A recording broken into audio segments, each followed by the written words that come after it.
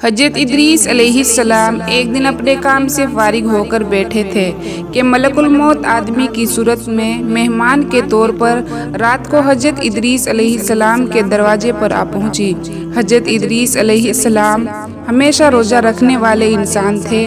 جب شام ہوتی، شام کے وقت آپ کا کھانا جنت سے آتا، جتنا چاہتے کھا لیتے، باقی کھانا پھر جنت میں چلا جاتا۔ ایک دن جب کھانا آیا تو حضرت ادریس علیہ السلام نے وہ کھانا مسافر کو پیش کیا، لیکن مسافر نے کچھ نہ کھایا اور قدم پر قدم رکھ کر عبادت کرتا رہا۔ حضرت ادریس علیہ السلام ان کا یہ حال دیکھ کر بہت متاثر ہوئے کہ یہ کون شخص ہے۔ اگلے دن پھر حضرت ادریس علیہ السلام نے ان سے کہا کہ اے مسافر، تو میرے ساتھ چل، خدا کی قدرت جنگل میں جا کر دیکھ۔ جب دونوں بزرگ گھر سے میدان کی طرف چل دیے، چلتے چلتے گیہوں کے کھیت میں جا پہنچے۔ پھر حضرت جبریل علیہ السلام نے کہا، چلو چند گوشے گیہوں کے لے کر کھاتے ہیں۔ حضرت ادریس علیہ السلام نے فرمایا، عجیب بات ہے، رات کو تو نے حلال کھانا نہ کھایا، اب حرام کھانا چاہتا ہے۔ یہ وہاں سے دونوں بزرگ دوسرے باغ میں چلے گئے تو وہاں بھی انگور کو دیکھ کر حضرت اسرائیل نے کھانے کا ارادہ فرمایا۔ حضرت ادریس علیہ السلام نے فرمایا کہ خیر کی ملکیت میں تصرف حرام ہے۔ پھر جاتے جاتے ایک بکری دیکھ کر حضرت جبریل علیہ السلام نے کھانے کا ارادہ فرمایا۔ حضرت ادریس علیہ السلام نے کہا کہ بیگانے کی بکری کو ذبح کر کے کھانا منع ہے۔ اس طرح 3 دن تک آپس میں گفتگو کرتے رہے۔ جب حضرت ادریس علیہ السلام کو لگا کہ یہ شخص انسان نہیں معلوم ہوتا تو یہ کون شخص ہے، خدا کے واسطے ظاہر تو کر کہ تو کون ہے۔ مسافر نے کہا کہ میں اسرائیل علیہ السلام ہوں۔ حضرت ادریس علیہ السلام نے فرمایا کہ سب مخلوقات کی جان تم ہی نکالتے ہو؟ انہوں نے کہا کہ ہاں۔ حضرت ادریس علیہ السلام نے فرمایا کہ شاید تم میری جان قبض کرنے آئے ہو؟ انہوں نے کہا کہ نہیں، میں تو تمہارے ساتھ خوشقدی کرنے آیا ہوں۔ حضرت ادریس علیہ السلام نے کہا کہ 3 دن سے تو میرے ساتھ ہے، کیا اس وقت بھی تو نے کسی کی جان قبض کی ہے؟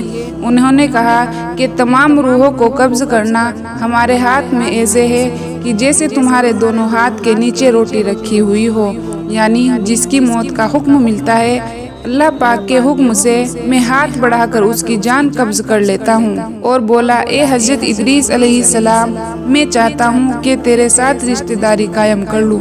حضرت ادریس علیہ السلام نے کہا کہ میں تیرے ساتھ رشتہ داری قائم کروں گا، آپ مجھ کو روح قبض کرنے کی کرواہٹ سکھا دیں تاکہ مجھے زیادہ خوف ہو اور عبرت ہو اور میں خالق کی اور بھی زیادہ عبادت کروں۔ ملک الموت نے کہا کہ میں اللہ کی خوشی کے بغیر کسی کی جان قبض نہیں کرتا۔ حضرت ادریس علیہ السلام نے خداوندی قدوس کی بارگاہ میں عرض کیا اور پھر جان قبض کرنے کا حکم ملنے پر جان قبض کر لی، اور موت کے فرشتے نے اللہ کی بارگاہ میں دعا مانگی اور اللہ پاک نے انہیں زندہ کر دیا۔ حضرت ادریس علیہ السلام نے ملک الموت کو اپنی گود میں لے لیا اور دونوں نے آپس میں رشتہ داری قائم کر لی۔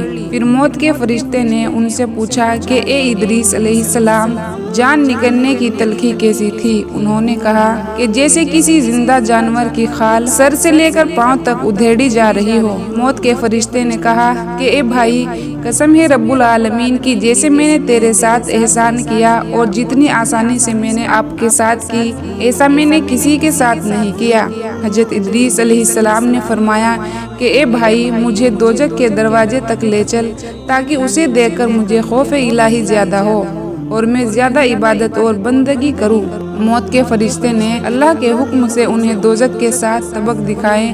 پھر ادریس علیہ السلام بولے، اے بھائی، مجھے جنت دیکھنی ہے، مجھے جنت دیکھنے کی آرزو ہے، دیکھ کر خوشی حاصل کروں اور عبادت زیادہ سے زیادہ کروں۔ موت کا فرشتہ حضرت ادریس علیہ السلام کو جنت کے دروازے پر لے گئے۔ پھر انہوں نے جنت کے منظر اپنی آنکھوں سے دیکھے۔ پھر کہنے لگے، اے بھائی، میں جان کی تلخی سہ چکا ہوں، پھر دوزخ بھی دیکھی، میرا جگر پیاس کے لیے جل رہا ہے، اگر اجازت ہو تو بہشت میں جا کر ایک پیالہ جام پی لوں۔ ہاں، اگر تم آنے کا وعدہ کرو۔ حضرت ادریس نے واپس آنے کا وعدہ کر لیا، اپنی جوتیاں درخت کے نیچے چھوڑ کر بہشت میں داخل ہو گئے، کیونکہ باہر آنے کا وعدہ کیا تھا۔ کچھ دیر بعد موت کے فرشتے نے ان کو آواز دی، اے بھائی، دیری مت کرو۔ تو جواب میں حضرت ادریس علیہ السلام نے فرمایا، اے مہربان، اللہ تعالیٰ فرماتا ہے،